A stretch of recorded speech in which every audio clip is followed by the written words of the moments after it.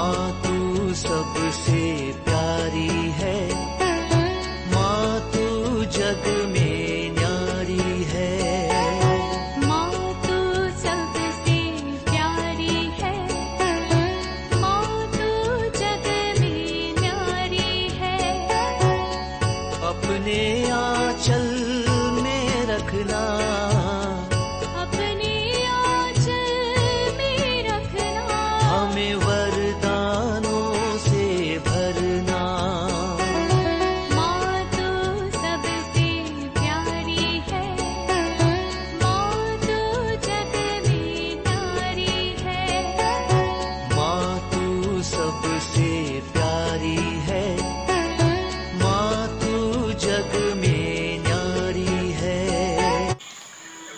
पिता, पुत्र और पवित्र आत्मा के नाम पर आमीन। आप सबों को जय यीशु। आज का क्लास कुछ महीने पहले किसी भाई ने आग्रह किया था, हमारे जो पारिश काउंसिल के विषय में थोड़ा क्लास लीजिए। हमारे इस YouTube चैनल के अंदर इससे पूर्व में भी मैंने पारिश काउंसिल के विषय में क्लास लिया था और उस भाई को मैंने उस समय पर बता करके भी दिया। अभी हाल ही में एक दो और इंसिडेंट मेरे सामने आया।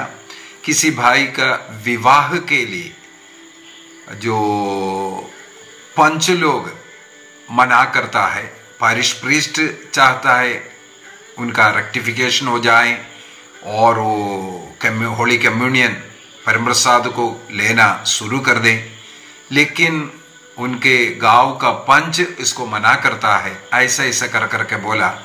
मैंने उनसे डिस्कशन किया तो मुझे ऐसा लगा जो पारिश पास्टरल काउंसिल, जो पल्ली परिषद या कैथोलिक सभा, कई कई जगह पर ऐसा भी बोलते हैं, वो उसके लक्ष्य के अनुसार नहीं चल रहा है।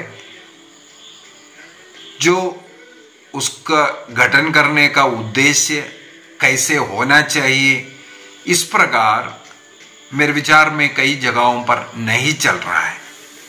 मैंने उस भाई को समझाया तो उन्होंने भी ये मान लिया ऐसा तो हमारे पारिश में नहीं चलता है। किसी और भाई ने पल्ली का बुरी हालत को देख करके उनके पल्ली पुरोहित के खिलाफ उन्होंने काफी बातें बताया और अन्य कई बातें एडमिनिस्ट्रेशन गलत चलने के विषय में, और वो भाई स्वयं पल्ली का सेवा करना चाहते हैं, उसमें कुछ लोगों के द्वारा बाधाएं डालने के विषय में। ये सब सुनकर के मेरे मन में आया एक बार और इस पारिश काउंसिल के विषय में क्लास क्यों ना लो, क्योंकि पुराना वाला अनेकों लोग जाकर के नहीं देखते हैं। हमारे जो YouTube चैनल का डिस्क्रिप्शन कैसे खोलते हैं, जैसे यहाँ पारिश काउंसिल ये जो लिखा हुआ, जो हेडिंग लिखा हुआ है, उसको अगर आप टच करें वो स्क्रीन पूरा खुल जाता है और उसके सबसे नीचे प्लेलिस्ट डाला हुआ है। उस प्लेलिस्ट के अंदर आपको इन बातों को करीब 30 हेडिंग में आपको प्लेलिस्ट मिलेगा और उसी के अंदर एक क्लासेस मिलेगा। इसके अंदर अनेकों जो आपका डाउट है आप देख सकता है, अनेकों क्लास उसके अंदर है।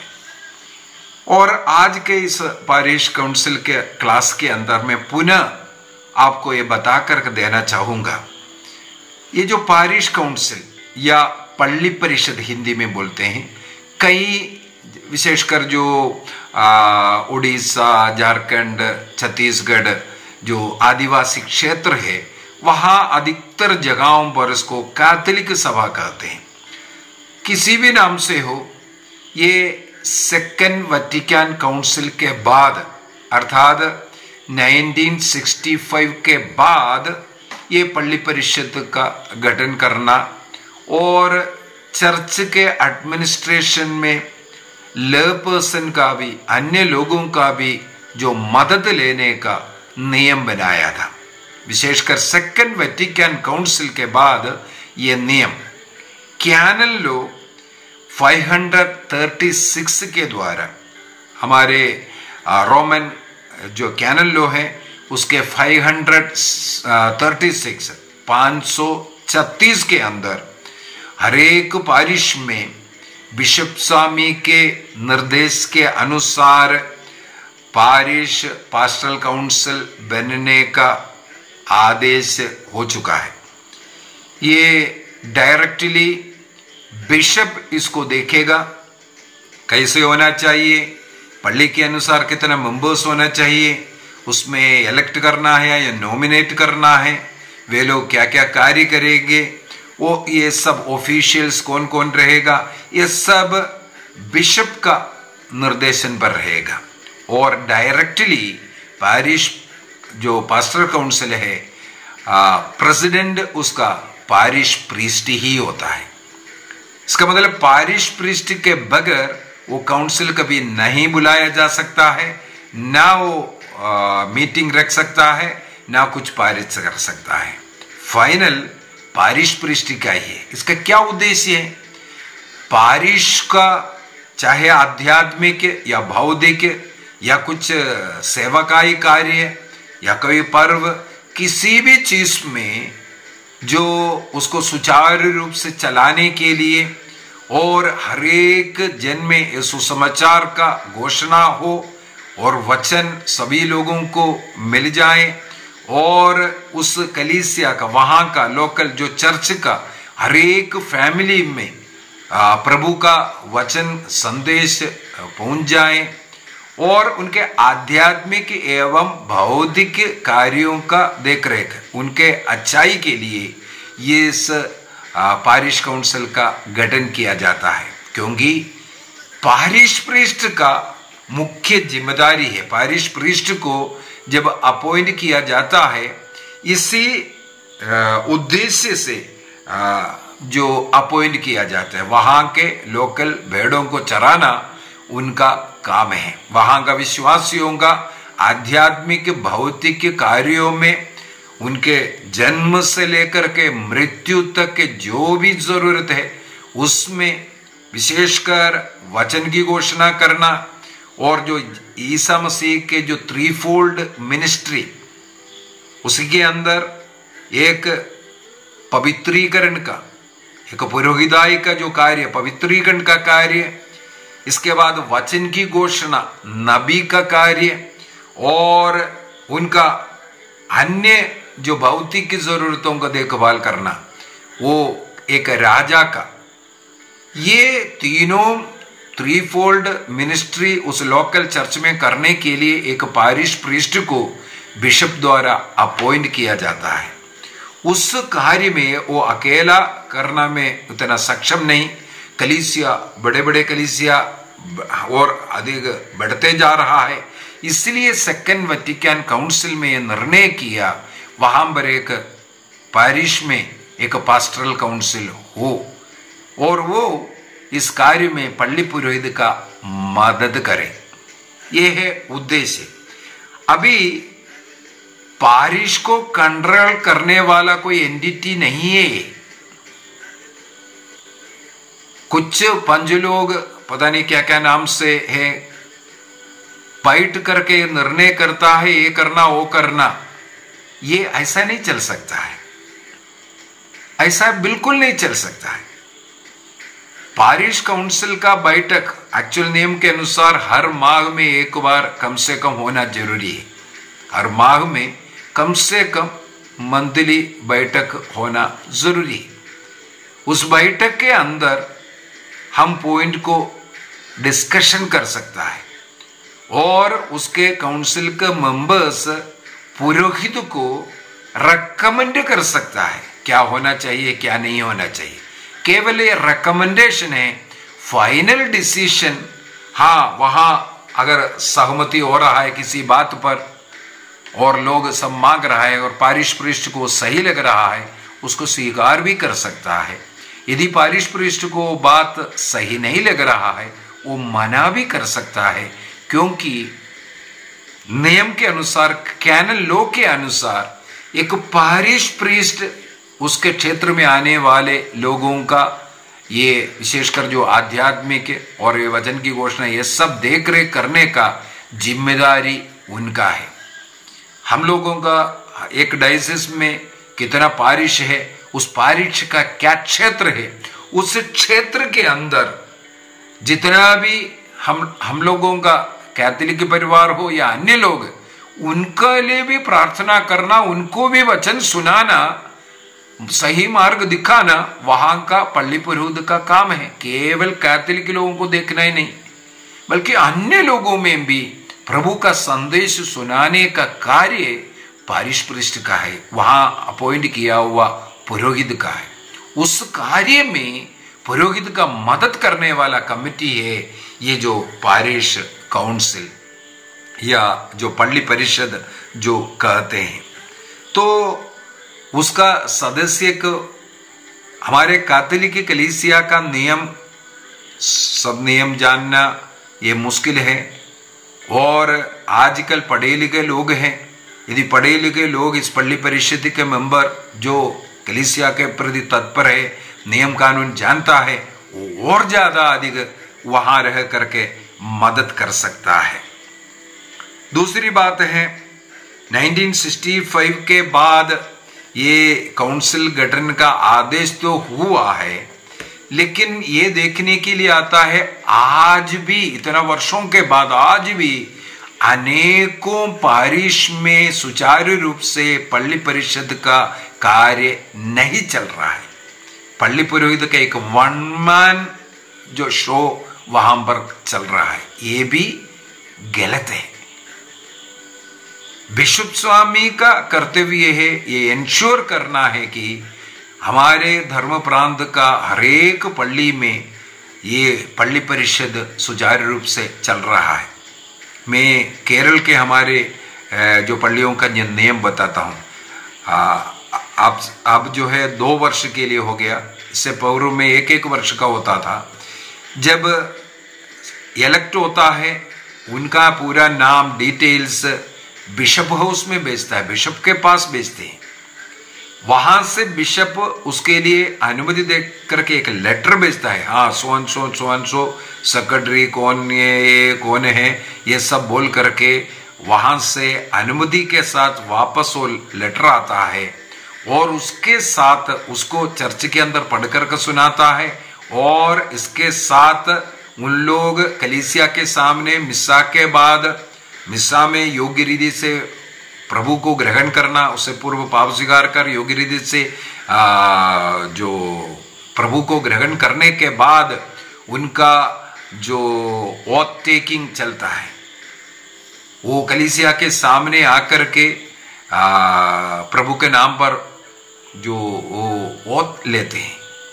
इस प्रकार पल्ली परिषद कार्य में लगता है।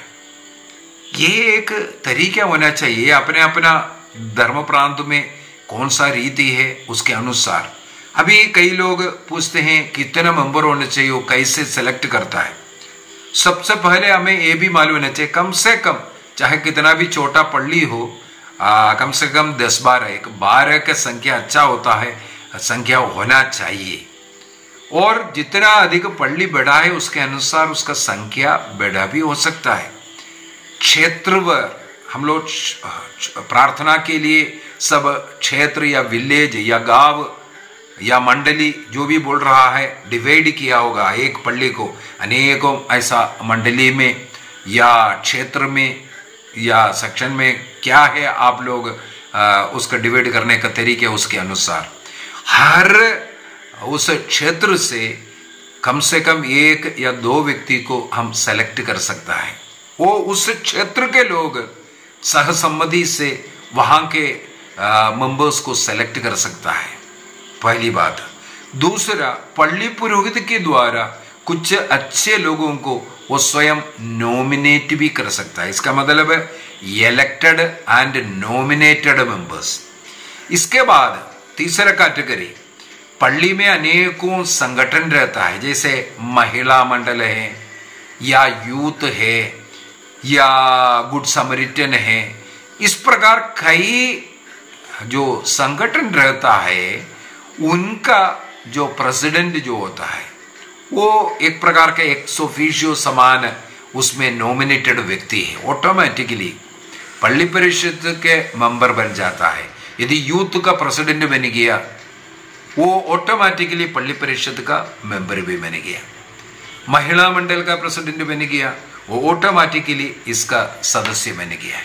इसका मतलब इस प्रकार जितना भी संघ संगठन है उनका जो रिप्रेजेंटेटिव भी ये पल्ली कमेटी में तीसरा कैटेगरी हो गया। चौथा, पल्ली में यदि सिस्टरगण होता है या ब्रदर्स, उनका जो भी ग्रुप होता है उनके उस घर से एक मेंबर को, जैसे कॉन्वेंट है, कॉन्वेंट का एक मेंबर रिप्रेजेंटेटिव रूप में इसका सदस्य होना है, और ब्रदर लोग है तो उनका एक व्यक्ति, प्लस अभी बीती साल या पिछले बार कौन कौन इसका जो सेक्रेटरी का स्थान में या फिनेंशियल सेक्रेटरी हो, फिनेंस कमेटी का मेंबर है, ऐसा जो पद छोड़ रहा है वो जो ऑफिशियल जो सेक्रेटरी है वो इसका अगले साल के लिए भी एक एक्स ऑफिशियो मेंबर बन जाता है। इस प्रकार 3-4 कैटेगरी। सबसे पहले जो एरिया वाइज इलेक्टेड मेंबर्स, जितना एरिया है उतना एरिया के लिए उतना सदस्य या दो भी हो सकता है, और कुछ और सदस्यों को यदि पुरोहित नॉमिनेट करना चाहता है ऐसा नॉमिनेटेड व्यक्ति, और पल्ली के जितने भी संगठन वगैरह है उसका जो एक रिप्रेजेंटेटिव, पल्ली के जो कॉन्वेंट है, जो हाउसेस है उसका मेंबर्स हो सकता है, और एक्स ऑफिशियो के रूप में पुराना वाला जो प्रेसिडेंट तो पल्ली पुरोहित होता है, सेक्रेटरी है, फिनेंस सेक्रेटरी है, ये भी हो सकता है। इस प्रकार 12 से ज्यादा मेंबर्स होना अच्छा है। दूसरी बात, साधारणतः 18 साल के ऊपर, एक्सेप्ट जो यूथ, कभी कभी यूथ प्रेसिडेंट 18 साल का नहीं होता है, इसी कारण वो हो सकता है। अन्यथा जो इलेक्टेड मेंबर्स, नॉमिनेटेड मेंबर्स, वो सब 18 साल से ऊपर होना ये अच्छा है। वो भी बिशप के ऊपर है, 18 साल रखना है या 20 साल रखना है या 21 साल रखना है, कितना साल रखना है उस स्थानीय बिशप का निर्देशन पर करना चाहिए।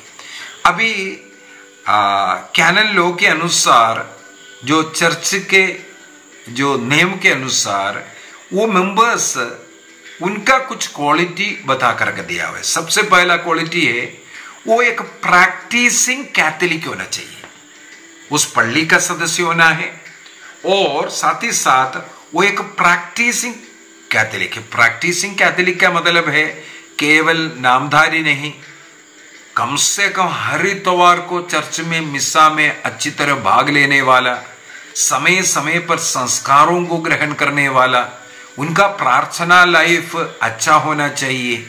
और दूसरी बात है चर्च के प्रति वो वफादार ईमानदार व्यक्ति होना चाहिए, पुरोहितों को और अन्य लोगों को आदर सम्मान देने वाला जो व्यक्ति, ऐसे व्यक्ति ही इस जो पास्टरल काउंसिल का मेंबर बनना है।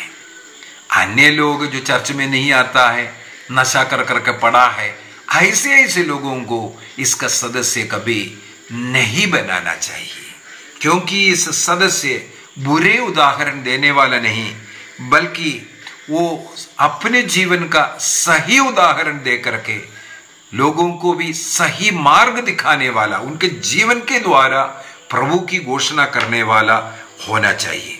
वो अपना जीवन का उदाहरण इसलिए दे सके। दूसरी बात है जो बैठकें महीने में एक निर्दिष्ट दिन में, जो निर्धारित दिन है, ये हो सकता है लास्ट संडे हो सकता है या first Sunday off the month हो सकता है, वो कोई भी हो, वो पल्ली का नियम के अनुसार ये फाइनलाइज कर सकता है। वो उसमें भाग, वो एक मीटिंग रखना जरूरी है। हर महीने का हिसाब किताब और क्या आगे आने वाले दिनों में या महीनों में हमारे पल्ली में जो क्या क्या होना है उसके विषय में वहां चर्चा होना चाहिए और उसको सुचारू रूप से कैसे चलाएं। उदाहरण के लिए कोई फीस्ट आ रहा है, पारिश फीस्ट आ रहा है, पारिश का फीस्ट कैसे मनाना है, उसमें क्या क्या प्रोग्राम रखना है, लोगों को कैसे इकट्ठा करना है, कोई रिट्रीट रखना है कि नहीं रखना, इस प्रकार सब निर्णय वहां पर किया जाना चाहिए। और पल्ली पुरोहित को हम लोग बता कर दे सकता है क्या क्या होना है, क्या क्या नहीं होना है, उसके लिए खर्च कैसे उठाया जाएगा, ये सब बातें डिस्कशन कर अपने पल्ली को अच्छी तरह चलाने के लिए और वहां का विश्वासियों का विश्वास बढ़ाने का कार्य करने वाला जगह है। और साथ ही साथ पल्ली में कोई प्रॉब्लम चल रहा है उसको भी वहां डिस्कशन कर सकता है। किसी व्यक्ति को पल्ली पुरोहित के विरुद्ध में या कुछ ठीक ठाक नहीं चल रहा है, सब वहां पर हो सकता है। सबसे पहले उसका जो पॉइंट पल्ली पुरोहित को देना चाहिए, उस पॉइंट के अनुसार, ये नहीं वहां आकर के कुछ भी बोल रहा है। जिस मुद्दे पर बात करने के लिए उस महीने का बैठक है, वो पहले तय करना चाहिए। कौन तय करेगा? जो हर एक सदस्य नहीं, वो सदस्य के पास कोई पॉइंट है तो उस वहां का सेक्रेटरी को या अन्य पदाधिकारी को बताना या प्रीस्ट को बताना, अगले महीने का जो बैठक में ये पॉइंट के ऊपर हम लोगों को बात करना है। पुरोहित उसका फाइनल डिसीजन करेगा, आज के बैठक में कौन सा पॉइंट पर हम चर्चा करने वाले, वो एक एक कर करके चर्चा कर करके खत्म करना चाहिए। और दूसरी बात है, जो भी निर्णय है पल्ली पुरोहित का डिसीजन वो फाइनल रहेगा, क्योंकि प्रेसिडेंट वो है और उसको कैनन लॉ के अनुसार उसको उस कलीसिया को चलाने का अधिकार मिला है। और ये जो काउंसिल है वो मदद करने वाला है और अपना बातें रखने के लिए कोई ओपिनियन है, कोई सजेशन है, कोई अच्छी तरह चलाने के लिए जो है उसमें कार्य करने वाले के रूप में भी ये मेंबर्स को सोचना चाहिए। अगली बात है, कितने साल के लिए होना चाहिए, चाहे 2 साल हो या 3 साल हो, वो बिशप के ऊपर होना चाहिए। ये सब पल्ली परिषद का जो भी नियम है, डायसिस का नियम के अनुसार चलना है, बिशप ने जो नियम भेजा है उसके अनुसार होना चाहिए। कैनन लॉ 519 में और कैनन लॉ 529 में साफ साफ बताते हैं, हर एक पल्ली परिषद के मेंबर्स इसको ध्यान से सुनना। Canon law 519 and canon law 529 में साफ साफ बोल कर दे रहा है, जो पुरोहित वहां अपॉइंट किया हुआ है उनके जो सेवा कार्य उसमें मदद करने के लिए, हेल्प करने के लिए ये टीम होता है। और उस पल्ली को आध्यात्मिक भौतिक मदद कर चलाने का अधिकार पल्ली पुरोहित को ही दिया हुआ है। इसलिए पल्ली पुरोहित के आगे बढ़ करके कई लोग जो डिसीजन करता है ये गलत है, ऐसा नहीं कर सकता है। हाँ, आप बोल सकता है, मान लो किसी का शादी, किसी भी प्रॉब्लम है, इसलिए तो चर्च के अंदर 3 बार उसको पुकार चलता है, फलाने का शादी होने वाला है, उसमें कोई रुकावट है तो पल्ली पुरोहित को सूचना दो। उसको रुकाने वाले लोग नहीं हैं कोई भी व्यक्ति। उस शादी में कोई रुकावट है, कोई बाधा है, कुछ पॉइंट है, उसको सबूत सहित पल्ली पुरोहित के पास पहुंचाना और पल्ली पुरोहित अपने स्तर पर अगर उसको निपट सकता है तो निपटेगा, नहीं तो उस बात को धर्म प्रांत लेवल में लेकर के जाना ये पल्ली पुरोहित का काम है। फाइनल डिसीजन उस व्यक्ति का शादी होना है नहीं होना है वो पल्ली पुरोहित और धर्म प्रांत करेगा। कई जगहों पर ये जो पारिश काउंसिल का जो सदस्य पता नहीं क्या है, पंच ऐसे ऐसा बोल करके जो गांव में जो इलेक्ट होकर के बैठा है वो कंट्रोल कर रहा है, ये गलत है। वो केवल सूचना दे सकता है, सबूत के साथ सूचना देना और नियम कानून कैनल लॉ के अनुसार जो चलाना, ये पल्ली पुरोहित का काम है, धर्म प्रांत का काम है। क्योंकि मैं इसलिए उसके ऊपर जोर डाल करके बोल रहा हूं, एक बेटी, एक बहन और एक भाई विवाह संबंधी कुछ बातों के विषय में मेरे से चर्चा किया और उनके पल्ली में वो जो गांव का पंचों ने जो उसका ऐतराज कर करके जो रोका, ब्लॉक किया, शादी होने नहीं दे रहा है, ऐसा और एक रेक्टिफिकेशन है वो होने नहीं दे रहा है। रूल एंड रेगुलेशन उनको बिल्कुल नहीं मालूम था, इसी वजह से वो लोग ऐसा ऑब्जेक्ट किया। उदाहरण के लिए एक अन्य धर्म से एक बहन एक लड़के से प्यार कर रहा है,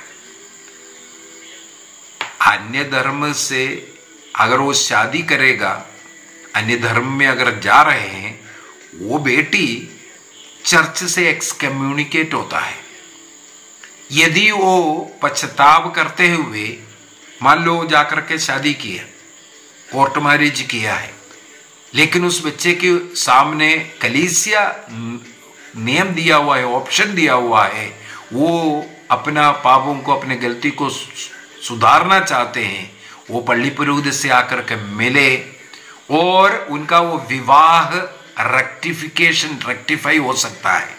उसके लिए जो अन्य धर्म का लड़का क्रिश्चियन बनना जरूरी नहीं है, उसके लिए कैनन लॉ है, उसमें बाधा क्यों डाल रहा है? वो जब तक कैथोलिक नहीं बनेगा, रेक्टिफिकेशन नहीं चलेगा बोल करके इसको संस्कार नहीं दे सकता। ये बोलने वाला कौन पंच होता है, पता नहीं क्या है। ये हम जो पारिश काउंसिल का, पल्ली परिषद का काम नहीं है उसको रुकाना।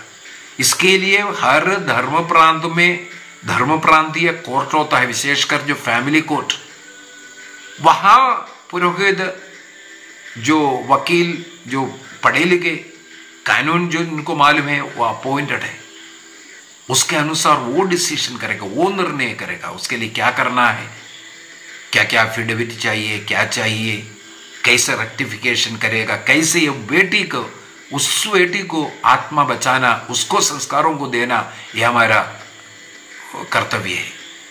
उसके लिए तरीका है। एक और भाई इसी प्रकार, उनका ब्रदर कहीं गलत शादी किया है, इसलिए पूरे परिवार को आउट कर रखा है। ये कितना गलत बात है। कैनन लॉ में नहीं है, कलीसिया के नियम में नहीं है।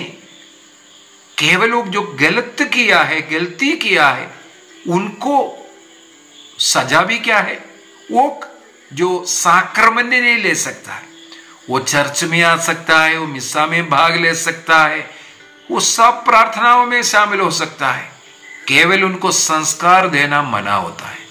तो इस प्रकार जो कार्रवाई कर रहा है और पल्ली पुरोहित चुप है करके बोल रहा है, ये सब नहीं होना चाहिए। इसी कारण में आज का ये क्लास लिया। नियम कानून है। हमारे जो पारिवारिक प्रार्थना एवं धर्म शिक्षा ग्रंथ, उस किताब को, पारिवारिक प्रार्थना एवं धर्म शिक्षा जो पुस्तक, उस किताब को लीजिए। संस्कारों के विषय में लिखा हुआ है। मैं बोलूंगा हर एक पल्ली परिषद का सदस्य, हर एक जो कैटेकिज्म टीचर्स अच्छी तरह उस संस्कारों का जो क्लास है सीख लीजिए। उसके अंदर कैनन लॉ ये सब है, विवाह के विषय में सब कुछ उसमें दिया हुआ है। उस किताब के अंदर बहुत कुछ पढ़ने के लिए मिलेगा। उस नियम को सीख लीजिए। इसके बाद ऐसा रुकावट डालना, ये सब गलत है, बहुत बड़ा गलत काम। हमारा कितना काम है, केवल हमारा काम है बता करके देना।